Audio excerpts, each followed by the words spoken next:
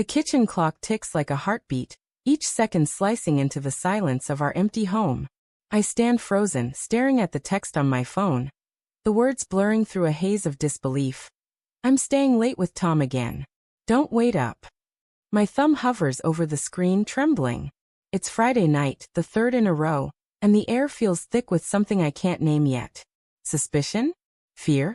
Or just the slow bleed of trust I've been ignoring for months? Lila's laughter used to fill this room, bright and unguarded, like sunlight spilling through open blinds. Now, the house is a museum of our 8 years together. Her coffee mug on the counter, lipstick smudged on the rim. The photo of us in Paris, her head tilted against my shoulder, framed above the sink. I trace the edge of that frame, my fingers brushing the glass, as if I could reach back to that moment. But the truth is, I've felt her slipping away, like sand through clenched fists, and I've been too afraid to ask why. She's been different since Tom came back into her life. Her best friend from college, she called him, all easy smiles and casual mentions. He's just going through a rough patch, Nate. He needs someone to talk to. I nodded, swallowed my unease, because what kind of husband doubts his wife's loyalty over a friend? But the late-night texts, the way her eyes lit up when she mentioned him, the Friday catch-ups that stretched past midnight.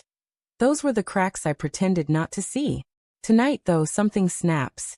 I grab my keys, the metal cold against my palm, and head to the bar where she said she'd be.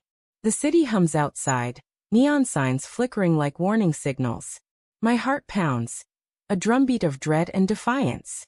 I don't know what I'll find, but I can't keep standing still while the life I love unravels. The bar is a dim, crowded haze of clinking glasses and low laughter. I scan the room, my eyes darting past strangers until they land on her. Lila's at a corner booth, her auburn hair catching the amber glow of a hanging lamp. She's leaning toward Tom, her hand resting on his arm, her smile too intimate, too alive. My stomach twists, a knife of betrayal sinking deep. I want to storm over, demand answers, but my feet are rooted, my breath shallow. I watch, a stranger in my own story, as she laughs at something he says, her fingers lingering on his sleeve. I slip into a stool at the bar, half hidden by a pillar, and order a whiskey I don't drink. My eyes stay locked on them. Tom's hand brushes hers, and she doesn't pull away. The sight burns, a slow fire spreading through my chest. I think of her excuses, the way she'd roll her eyes when I asked about these nights. You're so insecure, Nate. What's wrong with me seeing my friend? It's just coffee, just talk. But this isn't coffee. This isn't talk. This is something else, something that makes my throat tighten and my hands clench into fists. The bartender slides a glass toward me, but I barely notice. My mind replays every moment I dismissed, her phone face down on the table, the way she changed the subject when I asked about Tom, the perfume she started wearing again, the one she hadn't touched since our early days. I told myself it was nothing, that I was paranoid, that love meant trust. But trust is a fragile thing, and mine is shattering with every second I watch them.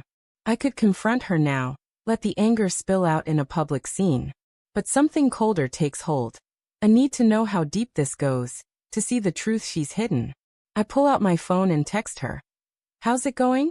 Home soon. My pulse races as I wait, watching her across the room. She glances at her phone, types quickly, and my screen lights up. Just wrapping up. Be home in an hour. Love you. Love you. The words mock me, hollow and sharp. I look up, and she's back to Tom, her head tilted, her eyes soft in a way I haven't seen in months. I feel like a fool, a ghost haunting my own marriage. But I'm not ready to let go, not of her, not of us. Not yet. I leave the bar before she sees me, the night air biting my skin as I walk home. The city feels different now, its pulse mocking my own. Back in our kitchen, I sit in the dark, the clock's ticking louder than ever. I think of the life we built, the lazy Sundays, the fights we laughed off, the promises we made. I think of Tom, his easy charm, the way he's wormed into her world. And I think of revenge, not the loud kind, but something quiet, deliberate, like a chess move planned 3 steps ahead. When Lila comes home, her heels click softly on the hardwood. Nate, she calls, her voice light, practiced. I stay silent, letting her find me in the shadows. She pauses in the doorway, her silhouette framed by the hall light. You okay? She asks, and there's a flicker of something, guilt maybe or fear. I know. I say, my voice steady despite the storm inside. Her face shifts, a mask slipping, but she recovers quickly. Know what? She says, laughing, but it's brittle, like glass about to break. About Tom, I say. About the Fridays. About everything. She freezes, her eyes wide, searching mine. For a moment, I see the woman I love, the one I thought I knew. But then she speaks, and her words are a blade. You're wrong, Nate. You're always wrong. I don't argue. I don't need to. Because tonight, I found the spare key to her old apartment, the one she kept for emergencies. The one Tom's been crashing at since his rough patch. Tomorrow I'll go there. I'll find the truth she's buried. And when I do, I'll decide what comes next. Not out of anger, but out of the quiet, burning need to reclaim my life. The clock ticks on, and I sit in the dark, waiting for the dawn.